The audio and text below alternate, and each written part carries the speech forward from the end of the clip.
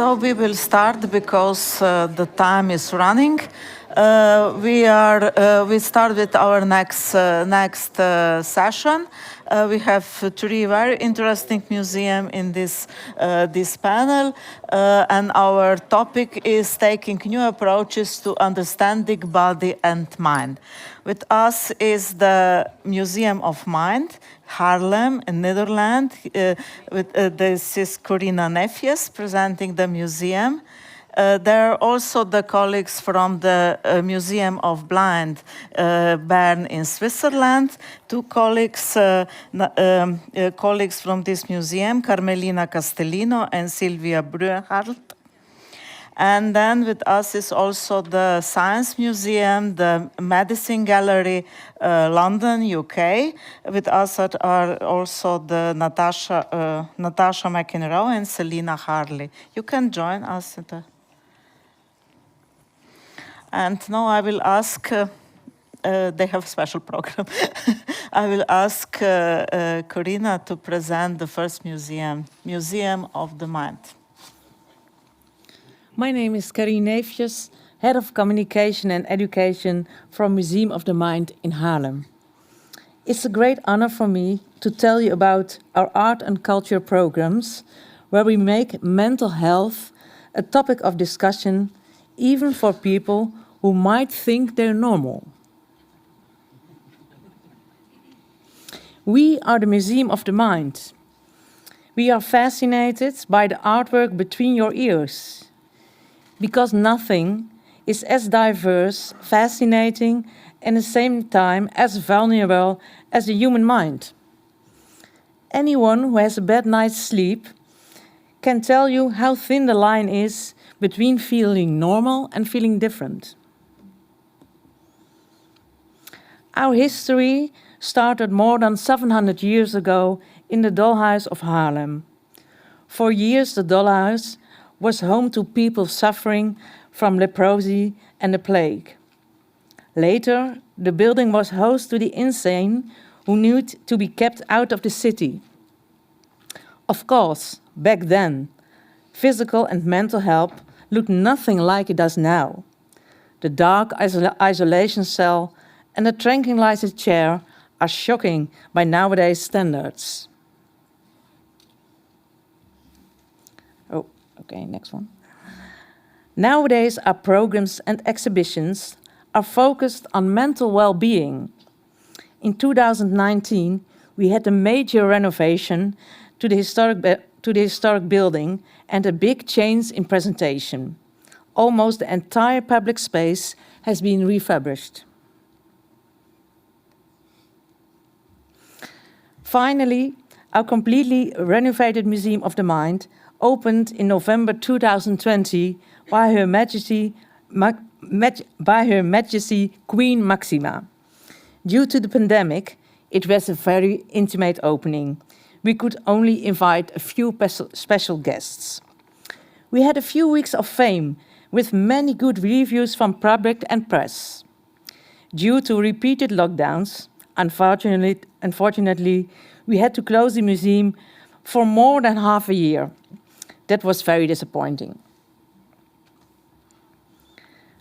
When we reopened in the summer of 2021, the museum was like the British artist Tracey Emin. Fantastic to feel beautiful again. Emin made this artwork after she recovered from depression. In the renewed Museum of the Mind, you can discover more about your own mind and of others in an interactive way. The program is based on our key message. Museum of the Mind believes in a society in which, no matter how your mind works, you are heard and seen and can participate on the basis of equality. We've got three storylines: taking care of the mind, thinking about the mind, and the imagination of the mind. In the permanent exhibition, we lead our visitors through the building by posing big life questions related to the mind. What is your mind?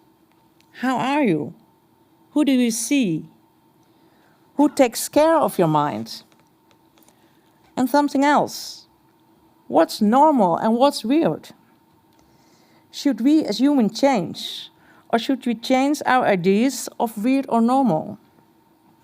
Belonging and participating, regardless of how you feel, look, or behave, is essential to our mental health. So that message runs through our program. Through art and culture, we show the inner world to the outside world, so that we feel connected to each other.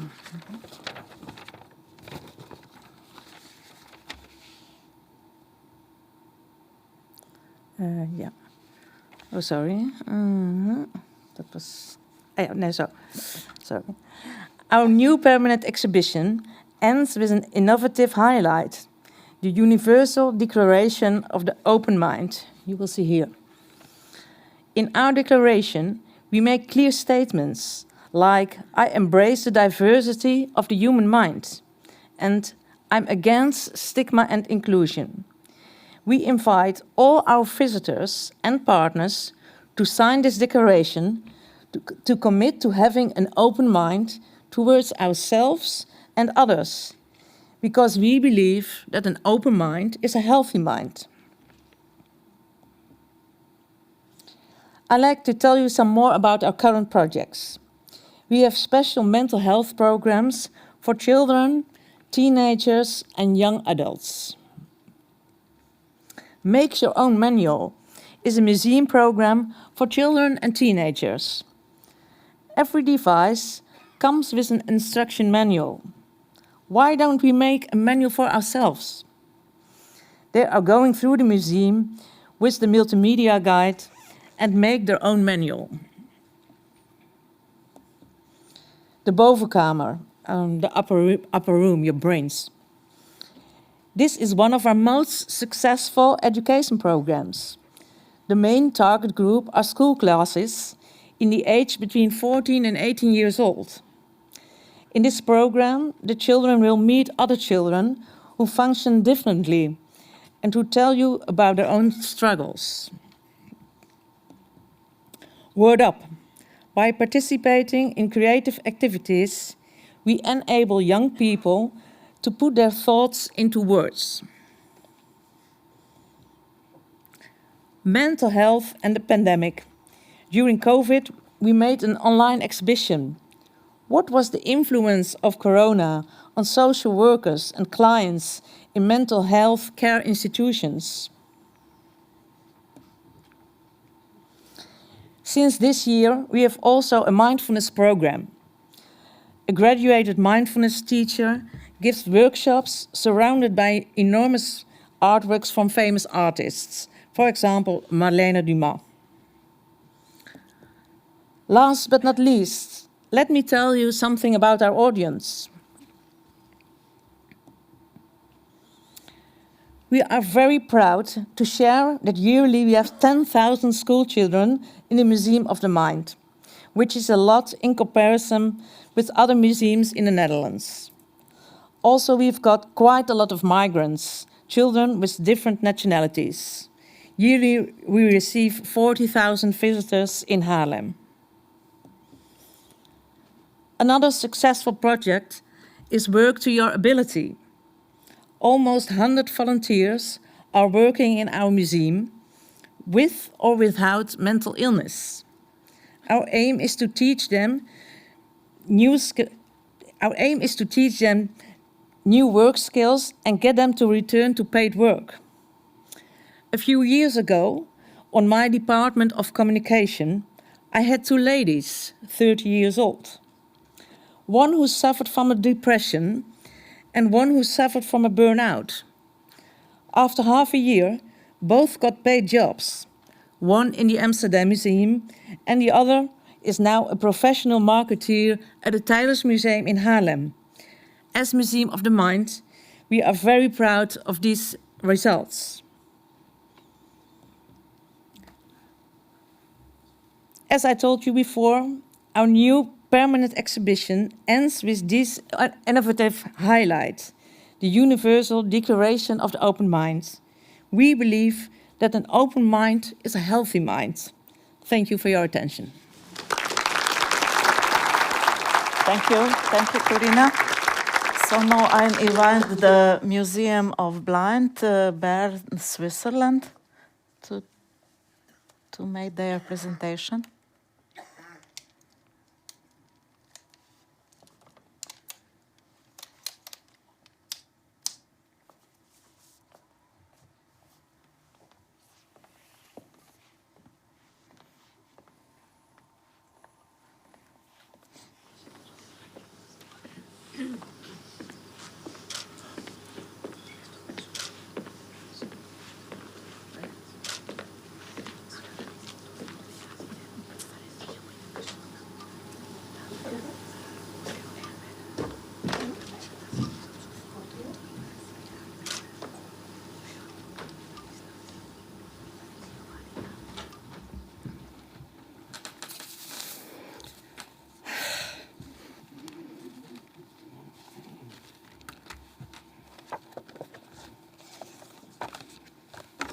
Hello, I'm Celia Brühlhardt.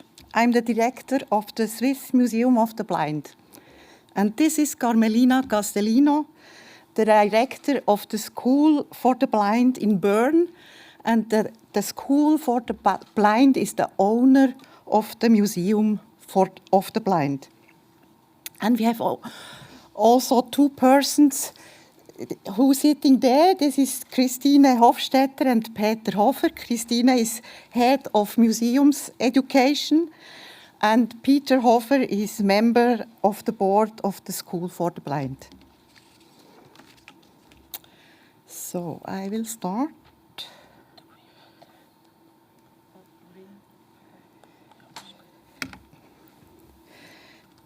The Swiss Museum of the Blind shows the visitor what it means to be blind or visually impaired and provides insights into seeing differently. The tour of our museum starts in the foyer with 6 portraits of people affected. Then the visitors move to a dark room where they can experience a radio play in complete darkness.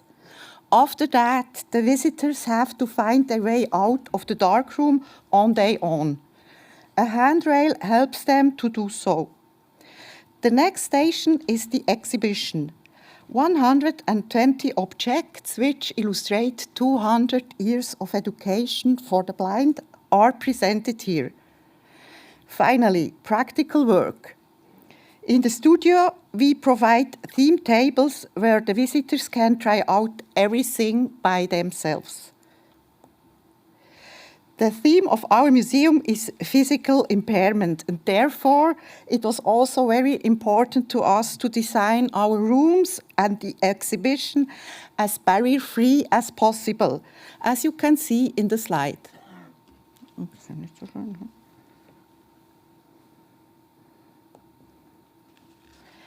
Our most important partner for a barrier-free exhibition, however, is our media guide. The media guide provides the tour in 4 languages. In German, the media guide offers 5 different tour modes: standard, audio, enlargement, easy language, and hearing aid. In the standard tour, the visitors get the most important information from the exhibited posters.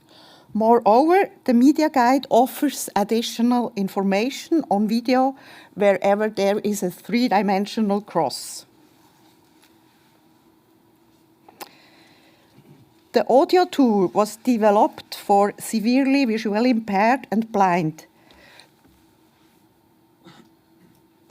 The green handrail in the exhibition allows the safe locating of the 6 main panels with the exhibited objects, which are indicated by a notch.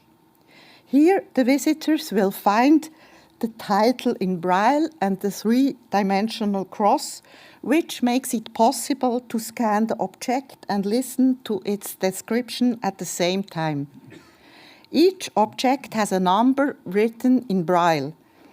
The visitor can also use this number to orientate himself in the media guide or request a printed description in Braille from the staff.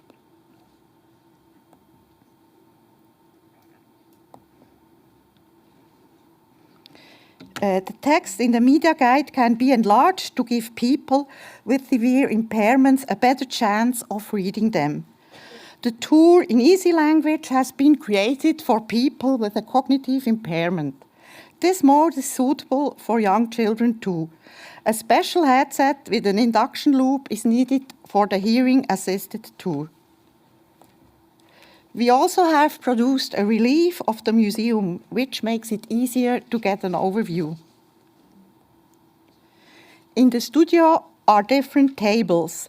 At the Braille tables, the visitor can get familiar with Braille writing. At the low vision table, people draw and write with simulation glasses. At the sensory table, different objects are scanned and scents are assigned without looking. We offer guided tour for all kinds of groups and especially for school children.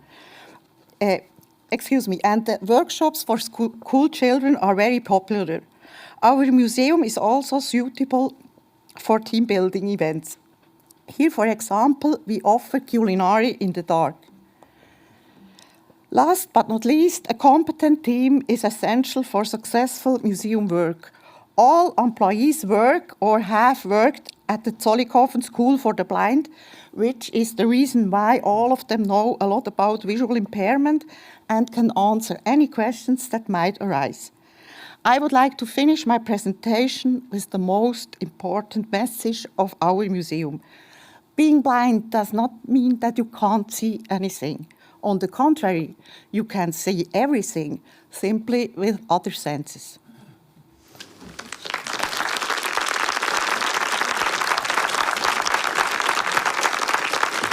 And now the medicine gallery of the Science Museum, the largest collection of the medicine in the world, perhaps, and they will perhaps present their new galleries or refurbished galleries. Thank you very much, Metka. And good afternoon, everybody. It's absolutely amazing to be standing here in front of actually real live people. It's absolutely wonderful. My name's Natasha McEnroe and I'm the Keeper of Medicine. My colleague Selina Hurley is a Curator of Medicine at the Science Museum in London. We're absolutely thrilled to bits to be nominated. So it's a real joy to be here. As Metka said, we are here to talk about Medicine, the Wellcome Galleries. Which is a, sorry, just a second, it's the big green one. Right, you've done it. Excellent. You see, this is my life, basically. I go to do something and Selina's already done it. So as is, I think, the theme of this conference, we opened in November 2019, and then shortly afterwards we closed for the pandemic, which makes it, I think, a particularly challenging time for all of us. The Science Museum is home to one of the most significant collections of medicine in the world. It comprises the loan of the historic Henry Wellcome material and also the Science Museum's own contemporary and some historic medical collecting, and we actively collect the entire time as well. Now, you have before you two women who have got a lot to say, but the organisers very cruelly have given us only 5 minutes in which to talk all about our project, which is a long, complex project and one that takes up a large amount of space in the museum. So we have actually chosen what we feel is 3 of the most important elements that we would like to share with you today. That is our use of contemporary art, ensuring accessibility for all of our visitors, and our work with communities to ensure that we're able to share people's lived experiences. So One of the key aims from the very beginning of the project was to use contemporary art as a way of interpreting the story of medicine.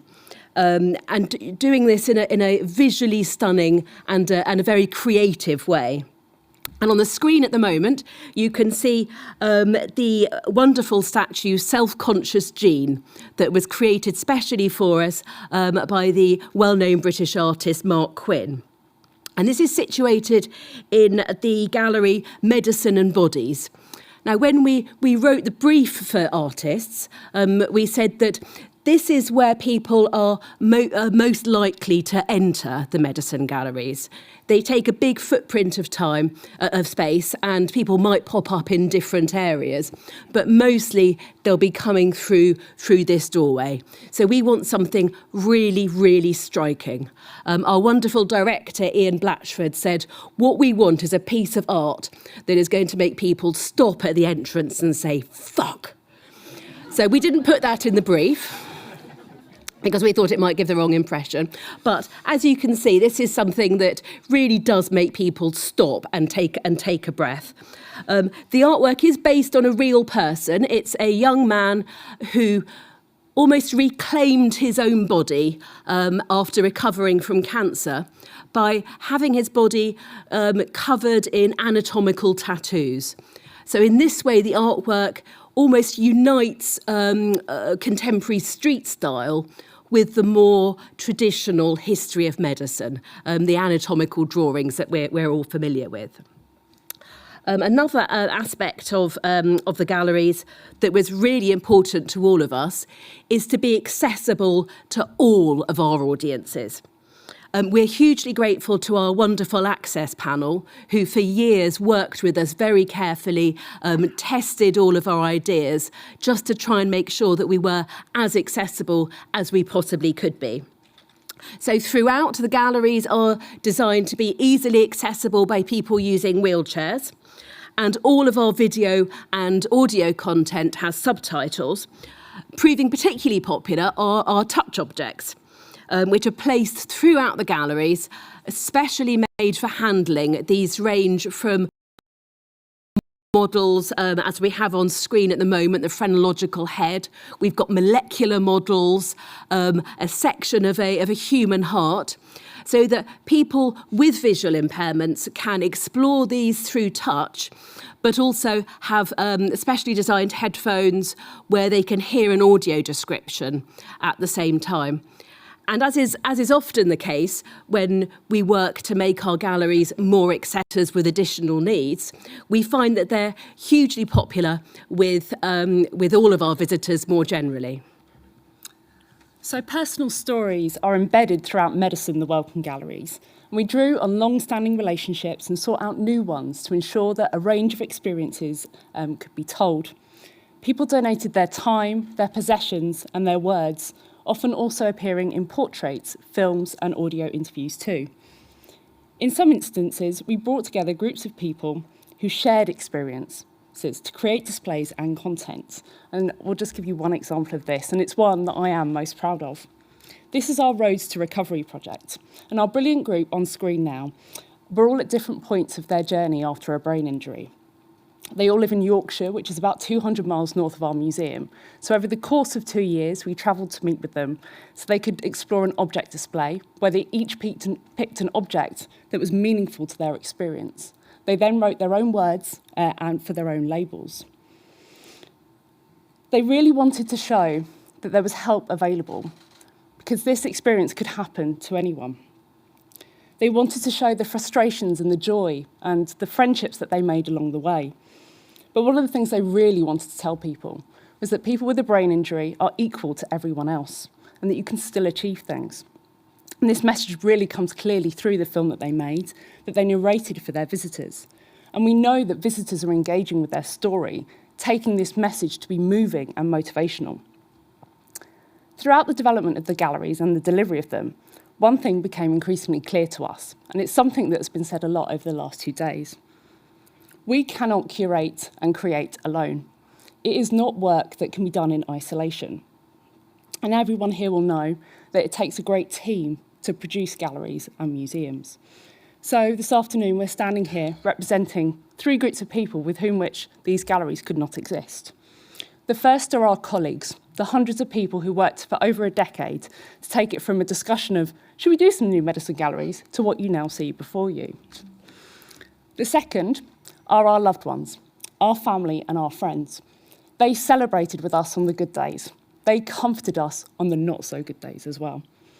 And lastly, the people who trusted us with their stories so we could share them with generations of visitors. Thank you.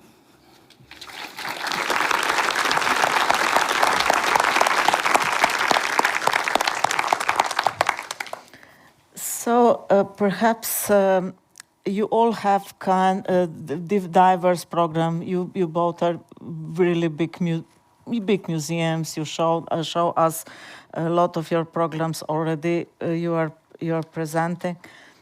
You have how the museums. You are educational center with the kind of museum collection.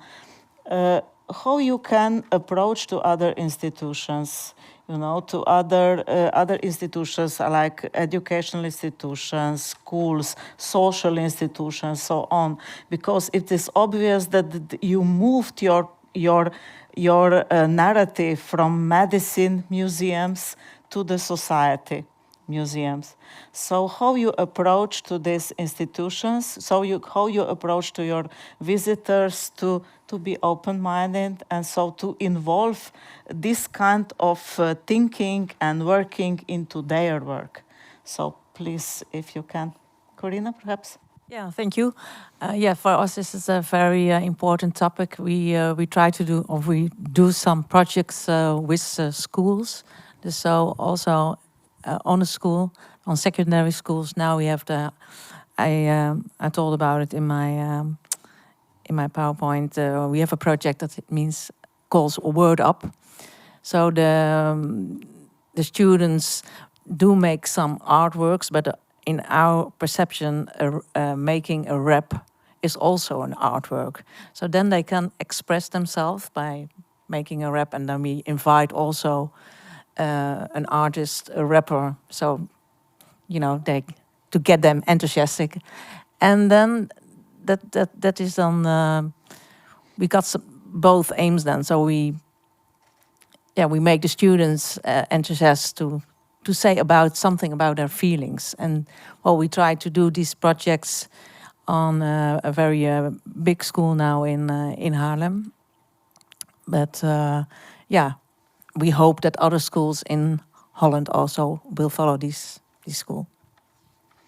Okay, perhaps your experience or I would your say, goal? Yeah, medicine is a deeply personal subject, and Natasha always says this, but we all have our own history of medicine.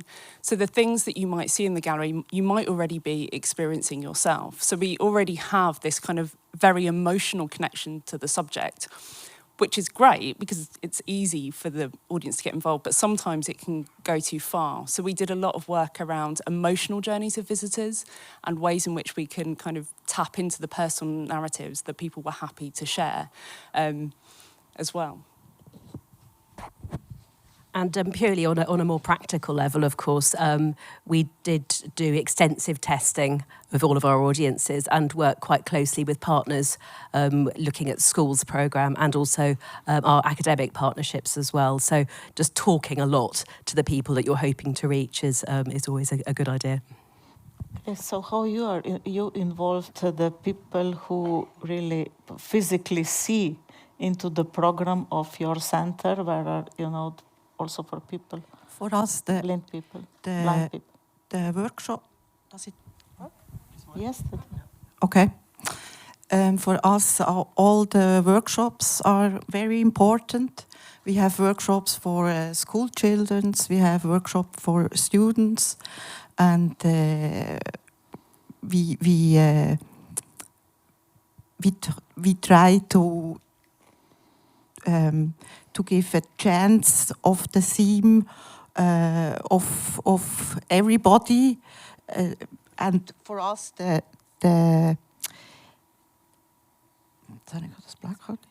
all the experiences are very important. so everyone can take this of the museum what he wants. Thank you. Perhaps I can add something. We are a school for the blind. That means that children come to us to come a path further and be self living by themselves, and then we integrate them also in the museum. So 2 of the affected people who are shown in the museum are pupils of our own, and they speak with us, and they are part of the museum. So you also manage to recruit people with the experience of exclusion. In your museum, so that the people are telling their stories how to be excluded from society because of some different illness or so, and how this affects your visitors. You know, when they are coming to the into the relation, the connection with this. Yeah, I think sometimes they are really impressed that even when we have some younger children, sometimes you see that they are impressed. But we have also guided tours, so then we have museum teachers, and then talking about it feels very good. So. Yeah, I think we can manage with in combination the tour with the museum teachers. So then they talk about their feelings, etc. And sometimes, that's it. I think. You have in your exhibition this life-size portraits, and these are real people, so people with real stories. How is this accepted? So how does this really change your exhibitions? So this is one of the many things that we did want to talk about. It's another one of our contemporary art commissions that Metka is referring to, is a series of life-size portraits, photographic portraits, that are dotted throughout the galleries. And what was a really important driving force for us was that we wanted people to see representations of themselves on gallery. So this meant that we had to have a really wide range of people represented, so that our visitors, of course, who are all different, would actually perhaps see somebody like themselves. It also gave us an opportunity to explore perhaps lived experiences of real-life health conditions. And I would say that has now carried through to the rest of the Science Museum. So there's now this personal story approach that is not just being applied to medicine, it's being applied to things like engineering. So meeting real people and telling authentic stories is part of the Science Museum's mission. And I really hope that some of the stories we've told, like there's a young girl who has a 3D printed assistive device that she sometimes wears to play the piano or walk the dog. And we have a photo of her both wearing it and without it to show that kind of the choices that people make about their bodies and about their health. And she's a really popular figure. People often point her out. So I think getting to meet someone, even if they are in a showcase or you hear from them, is a really powerful way of hearing a story that you might not know yourself. Perhaps this is the good way to conclude our discussion here and presentation. Perhaps with few words from your materials or presentations. So there is no absolute truth. It is important to be open-minded. Open-minded museums are multi-level learning and experiencing environments. Open-minded and inclusive museums contributing to the mental well-being of society. So, but on the end, everything is in commitment. So, congratulations for your projects and thank you very much.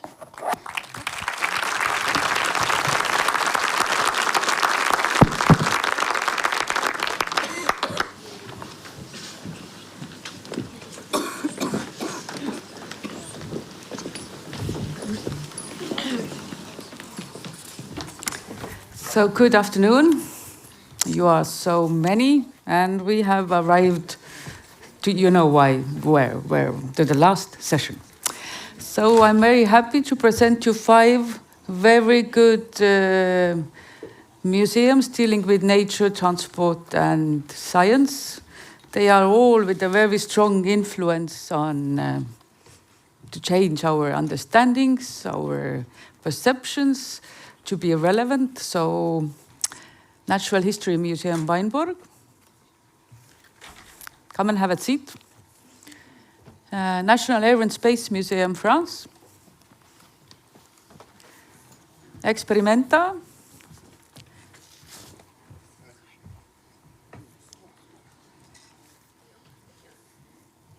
Icelandic Museum of Natural History. And Aluxne Banitis Station. You are 2 who are coming. I will put you a chair. Yes. As we have 2 late arrivals, so I will say that we start from the first one.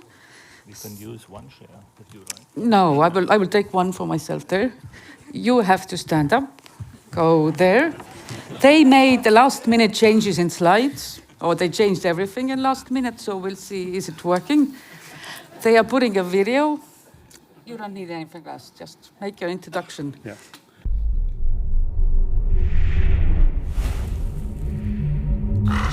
I am the Weierburg, a natural history museum in the middle of the Alps, all thanks to the Tyrolean State Museums and the Alpine Zoo. My history goes back many years to the 15th century. Since 2019, I have been a museum and open to all.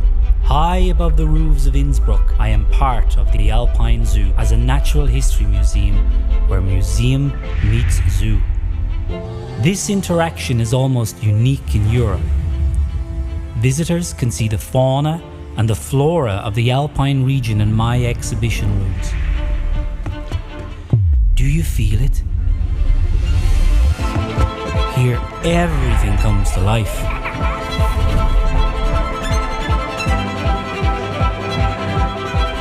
Come on in. More than 2 million animals and plants, fungi, fossils, minerals and rocks are part of the collection of the Tyrolean State Museums. Much of it was previously hidden from view, but in cooperation with the Tyrolean State Museums and the Alpine Zoo, the exhibits have now found a home.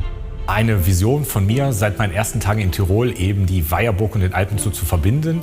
Und Teil dieser Vision war es, dass eine Etage eine Ausstellungsetage wird. Und ja, was passt da besser, als ein Naturkundemuseum in die Weierburg zu bauen? Diese Kombination, ein Naturkundemuseum, eine alte Burg und den Alpenzoo zu verbinden, ist weltweit, wenn nicht gar einmalig. Weil du hast den Zoo, der steht klassisch für Artenschutz, für Forschung, Erholung und eben Umweltbildung. Und wenn du dann in einem historischen Gebäude die Umweltbildung nochmal auf ein neues Level bringen kannst, das ist schon ein Riesenfund sozusagen und ja, macht mich auch stolz. Exhibits that were not accessible for years are now on public display. The theme of the exhibitions changes every year. My rooms characterize the landscape of the Alps and give the individual exhibits a place to unfold. Die Weierburg ist der ideale Ergänzungsort zum Alpenzoo. Der Alpenzoo bringt in einem geschützten Ambiente sehr viel an konzentriertem Wissen über Flora, aber natürlich in erster Linie Fauna der Alpenregion. Unsere Exponate ergänzen den Zoo, bringen den Menschen ein Stück weit näher zur Natur. For me, the object and its history are the center of attention. The collection of exhibits has a world reputation in some branches of science, such as lepidopterology. Here you can see the first exhibition in my museum, Diversity of Tyrol, X and Neo. But no matter what I show you, the small insect, the spectacular vertebrate specimens, fossils or pressed plant specimens, I want to satisfy your curiosity. Together with you, the animals and the people in the museum, there is life in me again.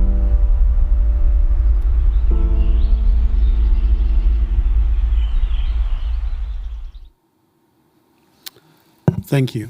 My name is Peter. I'm the director of the Tyrolean State Museums. And I'm Andre Stadler from the Alpine Zoo, so I'm kind of an exotic guy today in this round of a lot of museum people. But nevertheless, I'm very proud to be here and that the unpleasant virus has not disturbed us for coming here. It was quite a long day for us, but anyway, we're here. And we cooperate.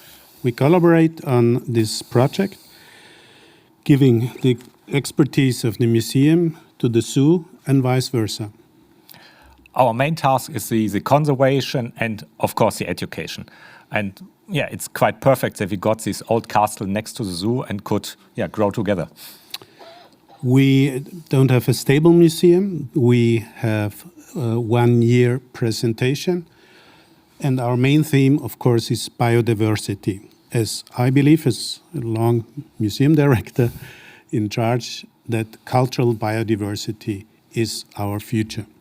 And as you have seen, this perfectly fits to a zoo because conservation of the nature is our main topic. And yeah, I don't know why somebody else hasn't had this idea before. People come to us to touch the objects, which is also very important. So we are based on a direct didactic experience. And as you've seen in the video, we want to have this museum for the young kids, the old people, the grandfather coming with his kids, whatever. And also for disabled people, we have guided tours, whatever. So we have this museum really for everybody. We have a very huge number of objects in our collection. We are a very old museum, 200 years. And we have a zoo that's very, very Which is not visited. Sold. We are not sold. We are just 60 years this year. So we have a big anniversary. But the Tyrol, Innsbruck, is a very high touristic region. Hundreds of thousands of visitors are coming, and we want to show them biodiversity as our theme. So in summarize, this museum is for everybody. It's for the tourist. 50% of the guests are tourists, 50% are the locals. And yeah, we show the biodiversity and make education in our museum. Thank you. Thank you.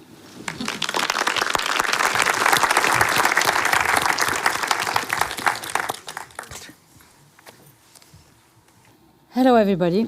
I'm Anne-Catherine Robert-Hauglestein. I'm the General Director of the Air and Space Museum in Paris, and I'm very happy to be here facing you, all friends from Europe, in this time that are still very difficult, and after these 2 years that has been so difficult for all of us. So I'm very happy to present and be nominated for the Air and Space Museum in Paris. I would like to have a warm thanks to my staff, and especially to Uzang, who is here with me, and who's the head of communication and digital, and who did all what we are going to see and all the film that you have seen during the last time. Air and Space Museum is an old one, actually. It's the probably the oldest air museum. Now we are Air and Space Museum. And we are located in Paris. We are located 6 kilometers from Paris, still on an airport, like it was here. And we are working with some artists you can see here, because our building has been totally renovated. You can see it was the first airport of Paris, 1937. You can see it on the right side. And you can see how first we renovated the building, because it's a beautiful Art Deco building. And then we started to renovate also the outside of the building. This is the controlled tour. It's more probably the only controlled tour that you can visit, because now we have all the facility inside, so you can go up to the 4 floors and have a view, which actually is a beautiful view up to Paris. You can imagine we started with this kind of old building, because when it was the time to have the new Charles de Gaulle airport, the ministry decided that we keep this building, and we finally decided to have the museum. So we had a first presentation of the museum, But then we realized that it was time to have a new presentation. So this is what you can see now. You can imagine the time and the effort that has been made by the staff and the cost to just redisplay all the history collection, especially the beginning of the aviation, Pionnier de l'Air, up to the First World War. We also have a collection that is not only science and technique, is a lot of art and a lot of models that are original. Especially you can see here the Ballonmonia and the time where it was air balloons, and then the time where everybody wanted to have something that was related to balloon, and you can see this jewelry, these clocks, and amazing artwork that we have in our collection. You can see even rings and poster and some other artifacts that are on display. We also have paintings, and we are there to explain the history of the aviation and the space. We also have a lot of posters, especially the one with Europe is needed at this time to understand what we can explain to our audiences with all these artifacts. You can see this is all originals from the first period, and we also have these toys that are from Blériot when he crossed the channel. You can see also a chocolate mold on that side. And we also have the First World War when you can see different airplanes coming from the different countries. What is, I think, very important to keep in mind is the collection needs also to be kept in the way it was. So for example, this part is exceptional because it's a 1970 L of a SPAT 7. And what we are doing, what we are doing, we are working with all audiences, most family coming from the surrounding of Paris and France. We are doing a lot of explanation, exhibition, a guided tour, and we have a partnership with all different kind of people that we can at some point keep them in the museum, invited them to understand the history and to be prepared to be involved as a citizen in what can happen, and we hope, of course, for the good. So thank you very much, and if you want, there we also have a wonderful guided tour in English. Thank you very much. Thank you. Experimenta, floor is yours.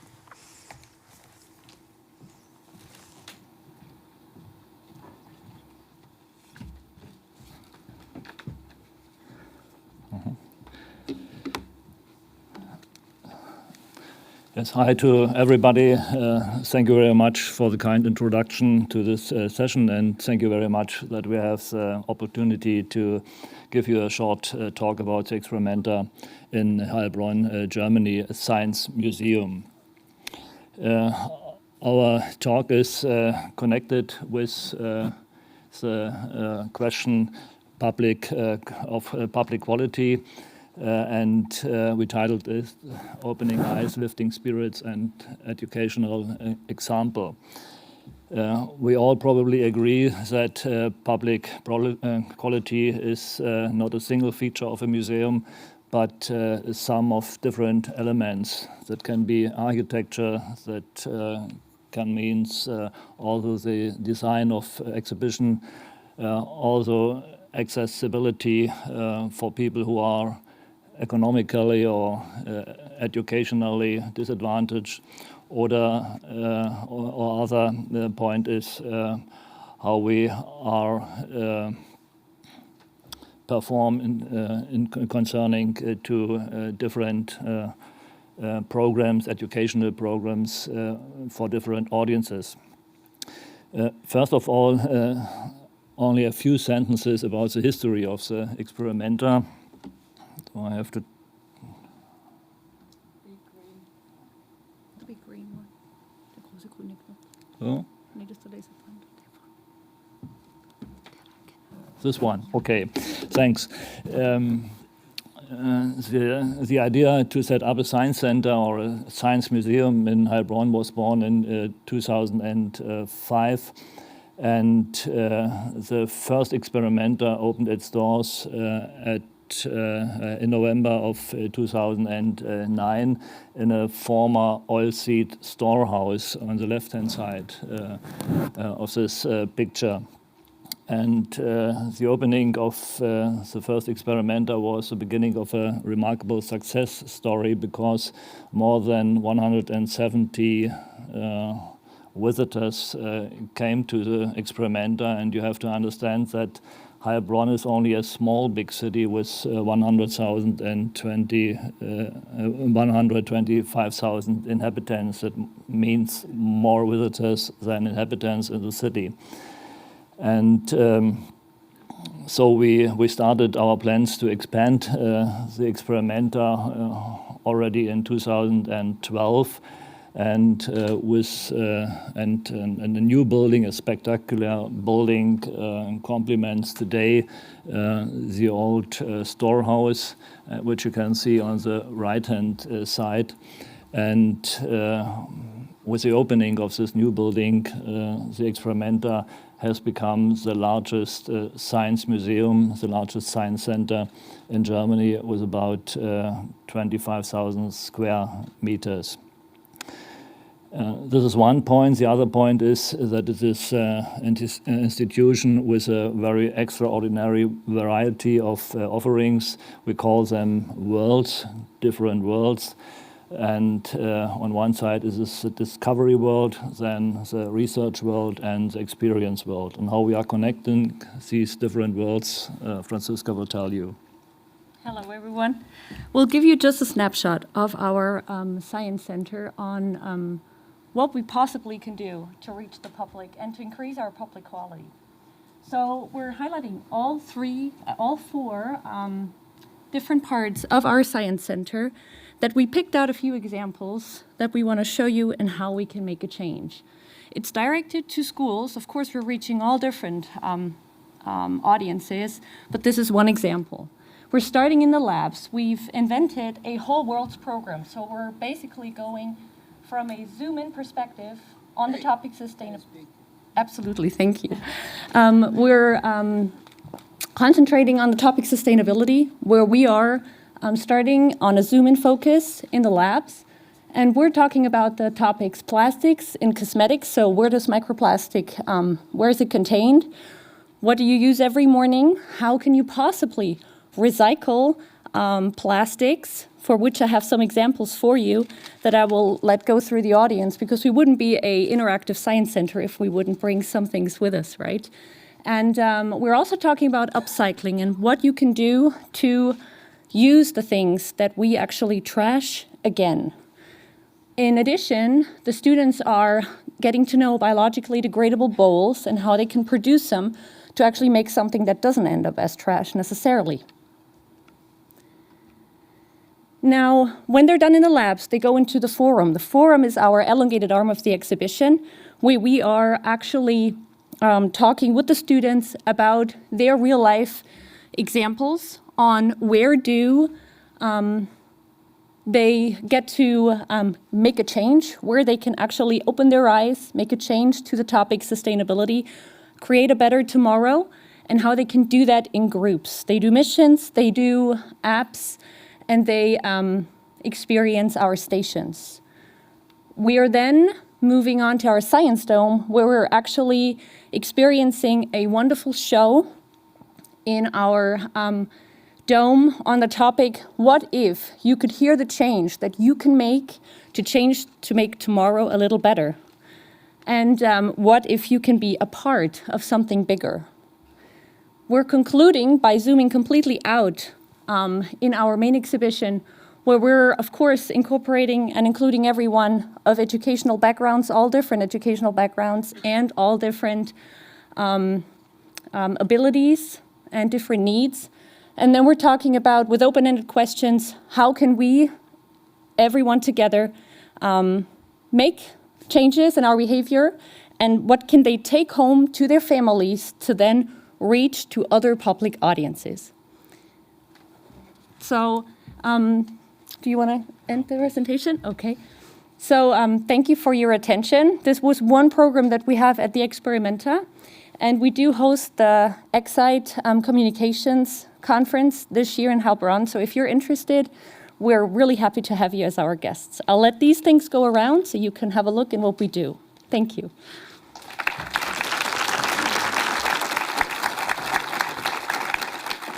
And the deadline for registration is May 18th. Icelandic Museum of Natural History. Thank you.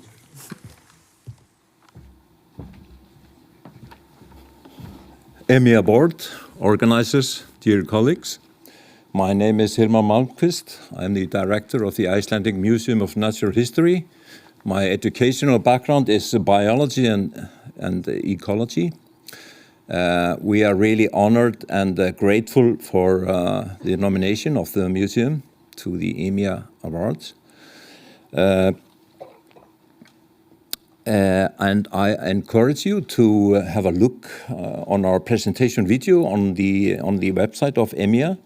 I want to look more into the background of the museum and our activities, but I will also touch upon our exhibition, The Water in Nature of Iceland.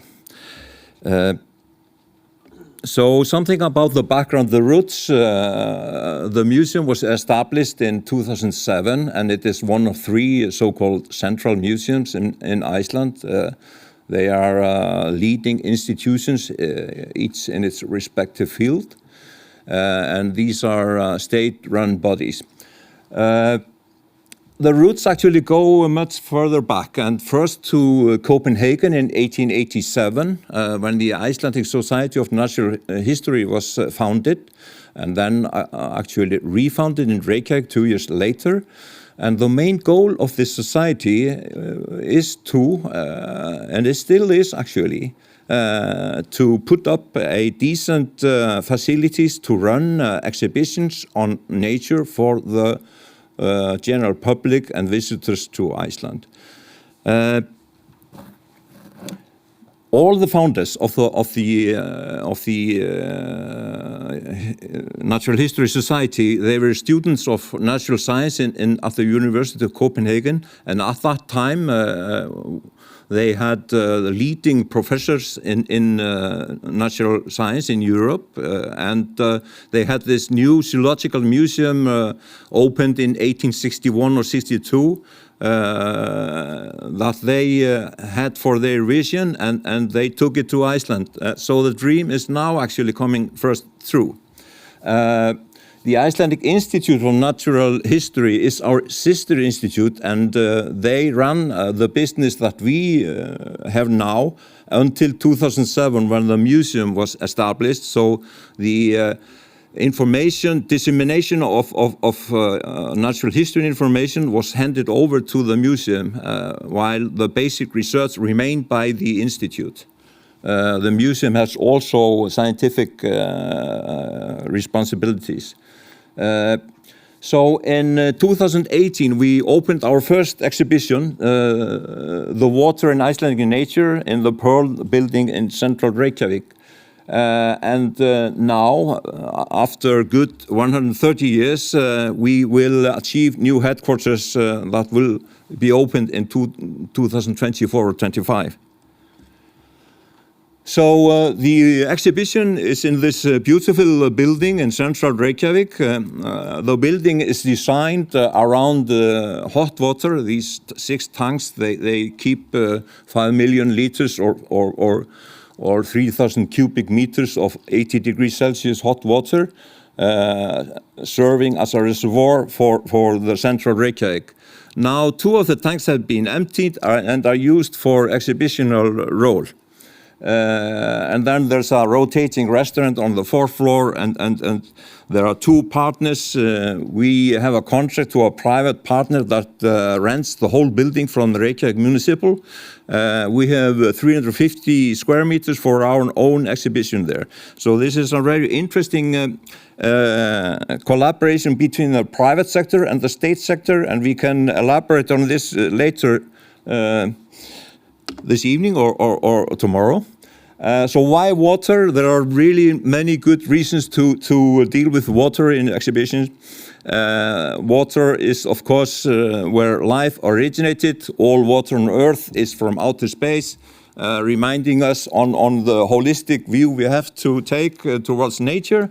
And it is not a commercial commodity, as Ban Ki-moon, the previous Secretary General of UN, has stressed. When guests leave our exhibition, we bless them with some thoughts from great minds and important messages from the international community. But in Iceland, freshwater is a really rich natural element and a resource because of meteorological, geological, and geographical reasons. We work with this diversity, and the mission is to reflect on this diversity and demonstrate the beauty and the importance of the functions of water, the ecosystems, connections between the ocean and freshwater and so forth.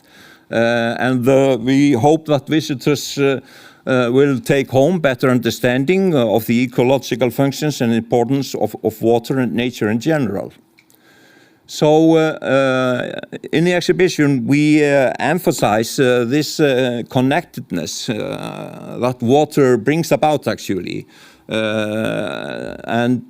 We deal with biological diversity not so much on the conventional attitude counting species, but more on the interactions between organisms and between ecosystems. Not only between the freshwater and the terrestrial, but also between terrestrial and the oceanic ecosystem, because there's a really close link there between. We emphasize layered presentation, meaning that, for example, on the screens you can flip and control by yourself how much information you take in. We also put great emphasis on education. We have 2 positions of musical educators, most of the mornings from 9 o'clock till 2 o'clock they are occupied by visitors from the school system, primarily the primary schools. We use a lot of interactive multimedia installations. This is especially appropriate for the younger generation that is really curious about these methods of gaining information, and they are fast learners too. So a little about our scientific background. Our main emphasis is on biodiversity, freshwater ecology, and natural philosophy and biosemetics.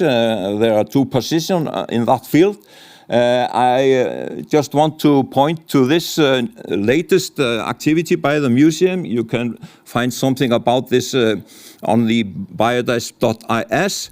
It is in English, and this is a good example of the initiative by the museum to bring together different institutions and individuals working on biodiversity, not only in Iceland but also abroad. This is the second last slide. My time is running out, I think. Anyway, I wanted to point out that, and this relates to the future, we are working with the Danish Natural History Museum in Copenhagen on a common natural heritage. This is the North Atlantic right whale skeleton in the Zoological Museum of Copenhagen. It was caught 1891 off Iceland and brought to Denmark, where it has been in a cellar more or less since. They have 3 copies or specimens of this species that is almost extinct now today. The population size is just 400 individuals. So we are working with the Danish Museum to have a long-time loan or permanent loan, and this will be one of the main treasures in our new headquarters that are within the capital area. and in a natural protected area. And you see the old house beside. This is the home of the first Director of Health in Iceland, established in 1762, and this is a Danish architecture, and this is to become a place for Danish Icelandic scientific collaboration in the past, present, and future. So the future is really bright, and I welcome you to our exhibitions in Iceland, so thank you very much.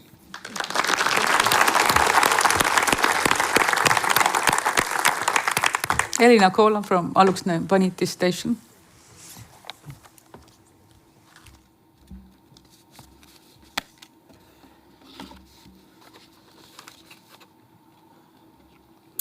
So, good afternoon to everyone. And we today talk about Aluksne Vaniti Station. And if you ask what's the meaning of the name of Vanitis, it's an English train. So this story will be about the Aluksne train station and about our exhibition. My first meeting with the railway was in my childhood, when my best friend lived near the Aluksne station. We always knew what time is it when train comes and when Mums gets angry if we didn't go to lunch. Aluksne is only 100 kilometers from this city, Tartu, and it's a small city nearby Estonian border. But I still memorizing one summer. The train wagons were full of locals, and many of them just planned what to do and what to see when the train arrived to Aluksne station. Only one guy, daydreaming, looked at me from time to time. Me too take a shy look at him from time to time until our eyes met, and I think, oh no. When train arrived to Aluksne station, this guy took his courage, came to me, and foolishly asked, "Can I take you on a perfect date?" And as you could predict, the date wasn't very perfect. But we are happy together for 5 years now. And like my story today, there was always something in historical luggage shed. If once there was luggage which transported by the train, nowadays here is information luggage with stories like mine today. But the story of Aluksne railway station started in the 19th century, when our railway line constructions begins. And during this time also was built Aluksne station, luggage shed, and surroundings of this area developed rapidly. But when freight transport traditions change and road transport become more important, the buildings of the Aluksne station were no longer necessary for railway functions, and activity in this quarter slowed down. So time goes and technical conditions become so bad that we need to decide to dismantle the shed or restore the shed, preserving the industrial heritage. And in 2016, we made a decision to renovate this shed, and our reconstruction work started. And after 2 years, luggage shed opened its doors for visitors, now with new loaded baggage, information baggage about this only narrow gauge train that runs regularly in Baltics, about people who used and still uses the train.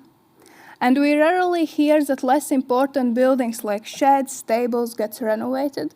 More often the priority is the central buildings.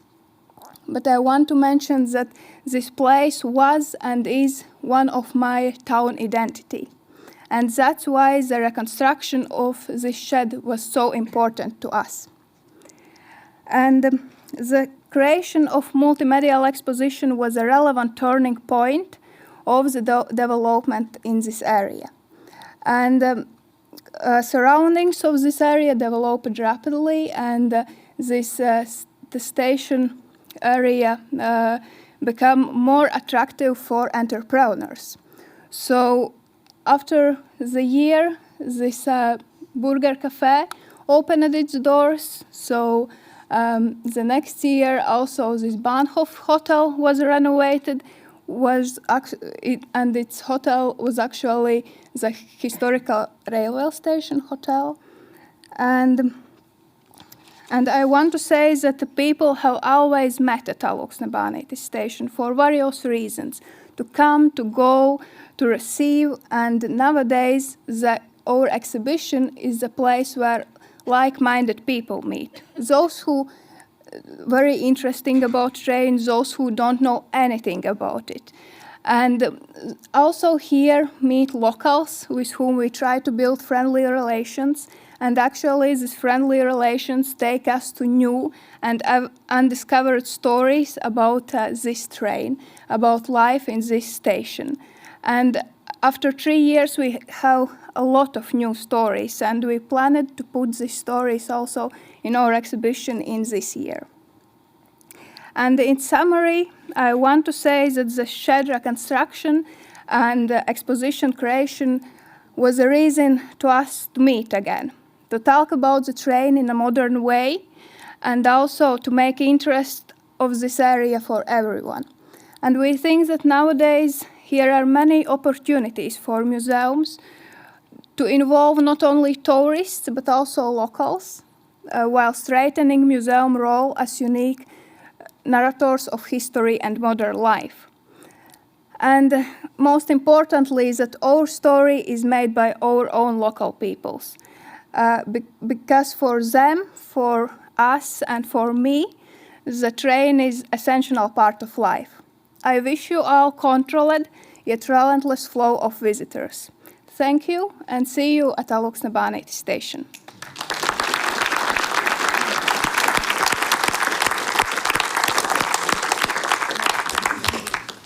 Thank you, Elina. And maybe you noticed this is the most distinguished speakers panel. Everybody have doctorate degrees before their names. So it kind of makes really happy to see the different perspectives that people may have for the topic. So I think the thing what you all wanted to say and you had to rush in these minutes was how you have managed or which challenges you have had to explain to your nowadays audiences, which can be international, local, more far away regional ones.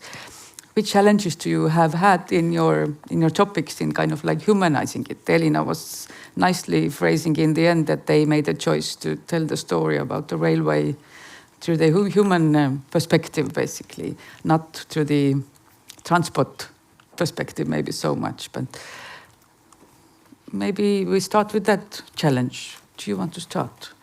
Okay, so maybe I start. As you have seen, we are talking about nature and conservation in our museum, and we have two main challenges in our background. We are facing the climate crisis, but we are also facing the times where the people develop themselves much more away from nature. There are already kids which doesn't know that the cows are black and white. So we have the challenge that we have to educate people, because you only protect what you know. If you have knowledge about the nature, and this is a nice combination we develop with our museum, because we have the living ambassadors and all the exponents of Peter in combination. There you can touch, and I have the living ambassadors with all the roaring and smelling and whatever, and this is our main goal and also our main task we have. But maybe you can add something. Well, it's just bringing together the expertise of the didactic flow, let's say, of a zoo and of a big museum.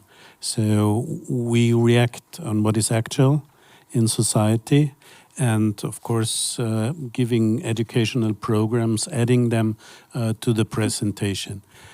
Since we are very visited local situations, we can reach a lot of people. And this was so important during the last years.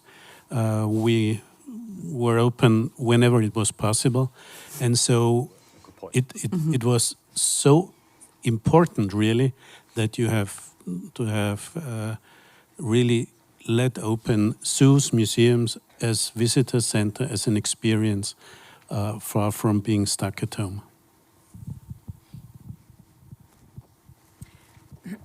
Thank you for the question. I have to say, it's actually a difficult question for us right now, because our audience's challenges, I would say, were up to 2 months ago, were quite focused on how could we have all our audiences on the suburb of Paris region and local international. And since what happened, we realized that we are an air and space museum, but we're talking about war. So that was actually a tough discussion among all of us, the staff, the ministry, to say, how can we help and how can we keep this topic about having an international air and space museum with refugees just close to the museum. And of course, airplanes that are coming from around the world. And I'm not honestly going to tell you that suddenly I will take off some of them, because they're one-scale ones and not so easy to take off. But on the other side, I really think that we are facing a difficult time, that we have to explain what it means and to reassure the fact that we still can have our audiences from all around the world talking about what happened 100 years ago and what shouldn't happen anymore.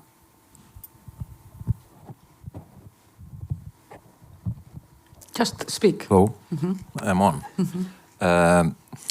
Yes, we had a lot of visitors the first whole year we were running after opening, but then it dropped down to 25%. It's now around 50,000 last year. Most of the visitors are foreign tourists, mainly coming to Iceland because of the nature. And our principal role is to educate and inform based on the best knowledge, good science, good work, and so that people can take informative decisions on how to treat nature and use it. We are open to all visitors, though with special emphasis on the younger school system. And we put a lot of emphasis in the educational program. And as to the more scientific work in our activity, this biodice I mentioned, it is not. It is especially actually meant for the political sector, and the aim is, as the present Secretary General of UN has said, that Antonio Guterres, that we should put the issue of biodiversity to the same level as climate change, because these two concepts or phenomena are so closely related. But biodiversity hasn't got up enough, and therefore we are losing it. So our responsibility in that field is really, really important for not only natural history museums, but museums in general. So, in fact, in Latvia, one of the most difficult phrases to say is šaursliežu dzelzceļš, and which means in English narrow gauge railway. And sometimes it's challenging for us to say these words so many times at the day. But I think sometimes it's challenging for us that we have this main municipality, Alūksne municipality, and the first station is Gulbene municipality, and sometimes it's difficult to just organize maybe some big events, and but it's not bad, because it's normal that every municipality has its own goals, and but maybe sometimes is that's what is challenging for us.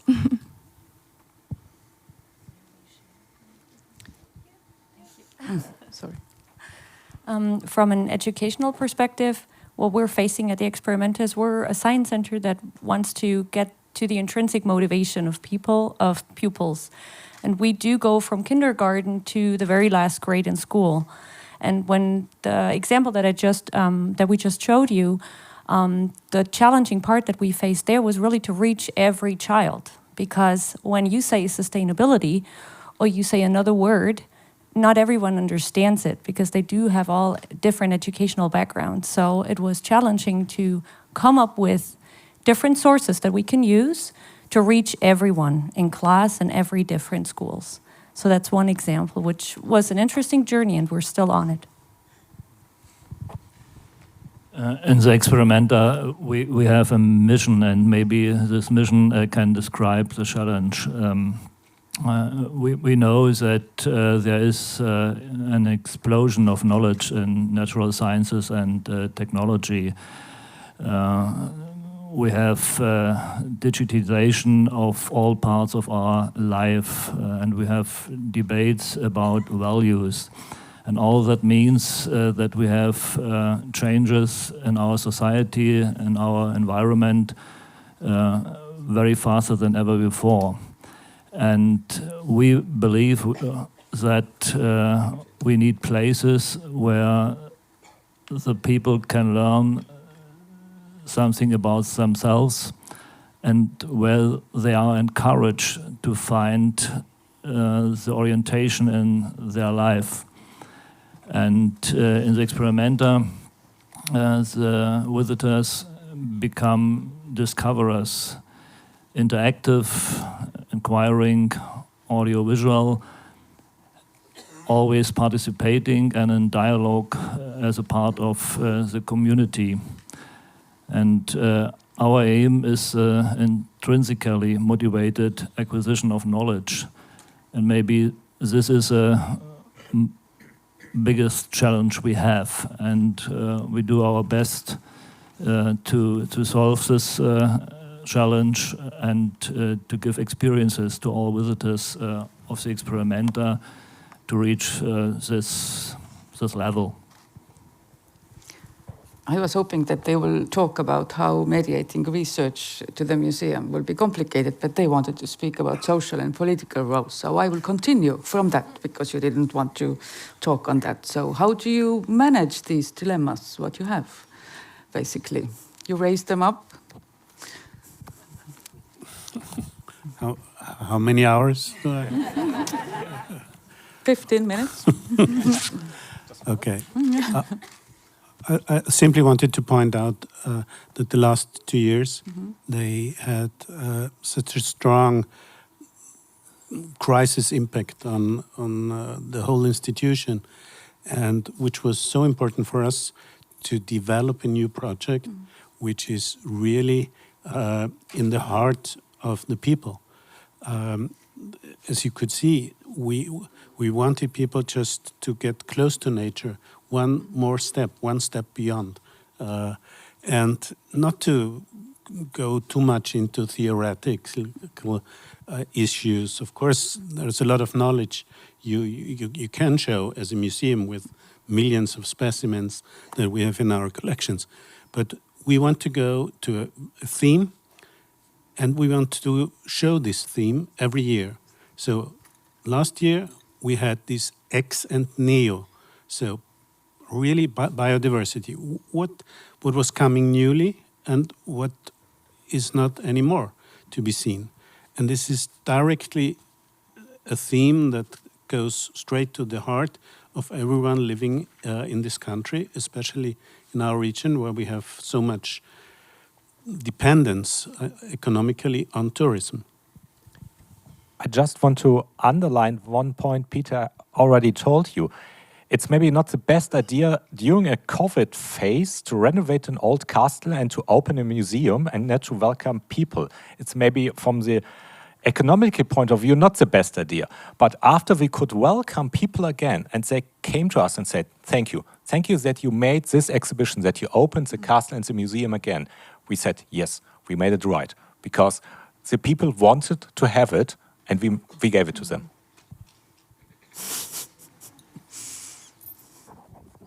Should I continue? Do we get the full 50 minutes? Or? Yeah. Anne-Catherine? At the Aerospace Museum, as I told you, it's a lot about the history. So we work a lot with, of course, the educational department, the ministry. We we realized at some point that the evolution of the way our young generation have their history classes, we really are there for them, because you can teach a lot about history, you can teach a lot about technology, physics, chemistry, but when you come to the museum, you can really understand that it's a complex situation. And it is also true that during this COVID period, the staff were absolutely involved in a digital way, because all our schools were not able to go out, as you know. But for 2 years, it has been very difficult for our young generation to stay basically between home and schools and not going out. So the Air and Space Museum was most probably one of the first one that they came back, because it was big, it was in and outdoor, and they can at some point sometime even run on the tarmac. So they feel like it was a little bit more going back to sort of freedom and understanding of what we've done. So the question after was, do we keep this digital effort, or do we go back to our more noble way of educational? We kind of kept both, but you always have to keep in mind that all the effort we've done, all of us, during the COVID is with the same amount of staff members. So at some point, we also had to explain to the ministry that we cannot open again the museum and do what we were used to do, and at the same time stay digital like they were asking us to do, even though they can, of course, give us more staff members, but I'm afraid it's not going to be the issue now. So we had to balance that between research, digital, and having the staff back to the museum and the schools back to the museum. Yeah, I agree with the last speaker. I think when it all boils down, it boils down to a good storyteller. That will remain the central issue in all museums, but you use the latest technology, some innovation in presenting, and there must be a good balance. The storyteller, the educator, is the central piece, I think, and it will continue. It will continue to do so by us. But using the latest technology is really good way to catch the youngest, because they are so curious and fast learners. So they got entangled in your mission. So there wasn't a natural history exhibition in Reykjavik for a really long time. And when we opened in 2018, it was just full of families, especially with young children, and they have showed their appreciation, especially on the monthly Sunday events by us, where scientists from the museum and educators do something active. People can bring their minerals and they get some identification, or they plant and they can produce their own earthquake and see everything shaking. So they are enthusiastic to come and see and feel and touch nature. So this is a combination of digitalization and nature itself.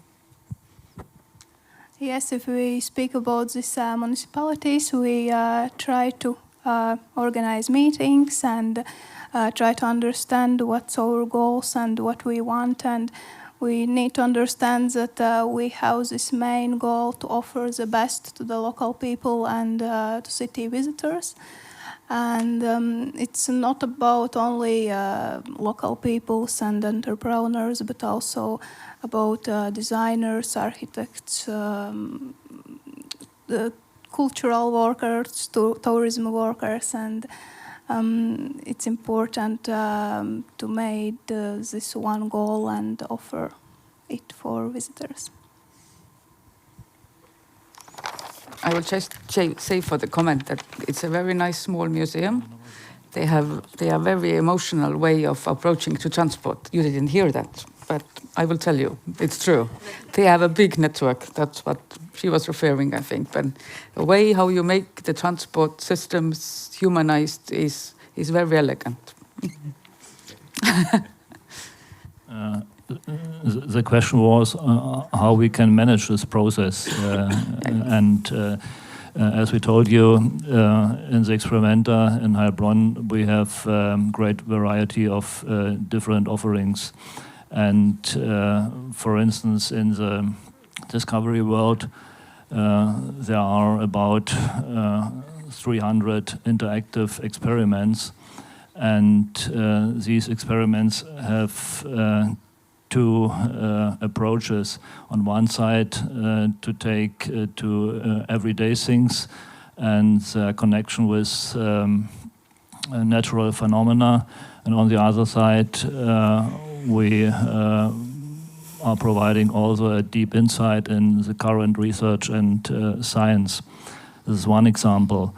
In our labs or in the research world, there are 8 well-equipped labs from the kindergarten level up to the secondary high school level. And there's also a cooking lab or a student research center and a makerspace. And so the main point is that we have to engage all senses of the visitors, and we do this with this variety of offerings. And I think when we do in this way a good job, then we can realize, or then we can encourage the people to think about the challenges of natural sciences and technology also in the future, and what is to doing now in recently. You have all talked about children and building the trust from the start. When do you think that, how do you think that you can say that you have succeeded? Have you thought about it? Just a small round. Never. Never. Does anybody have other opinions? I totally agree with him, but of course we evaluate, etc., etc. But yeah, it will never stop. It's a long-time task. Yes, I totally agree, and it's why after years and years I'm so amazed by going back every day to the museum and see that of course we can always do better, and we will. That's for sure. We'll never end. Yeah, part of the business is to invent something new, to change and capture attention. Well, we are really pleased with the school attending our exhibition, and we strive to serve them with the educational programs, and I think it's really important to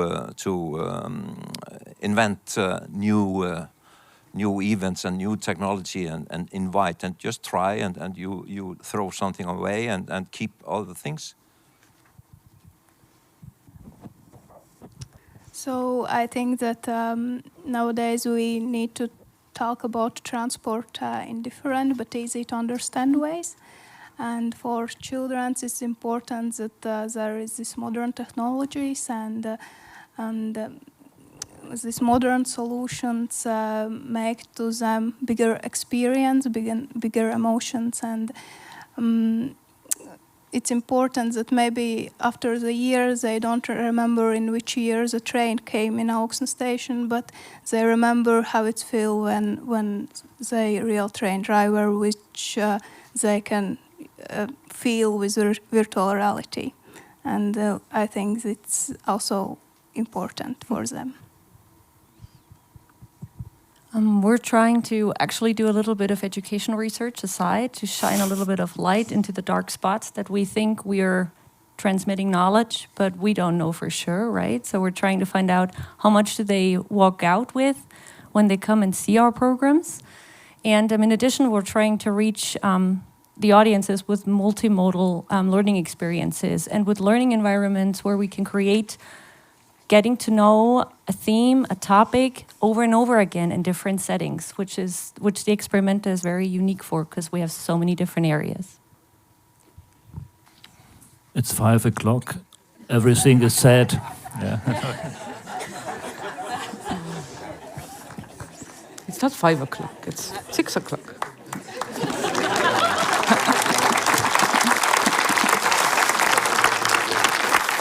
So that's a thank you for the panel. I would like to take from here the first phrases and the other phrases and say that our work is indefinite, that it will never end.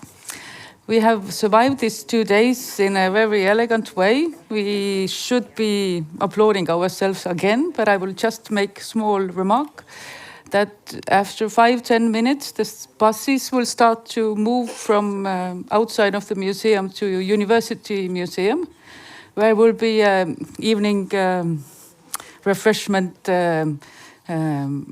events to refresh ourselves with food and drinks. So don't disappear, just take the direction to the buses, and the reception starts at 7:30. There will be also galleries open before to continue with science topics. Thank you. Huh? No.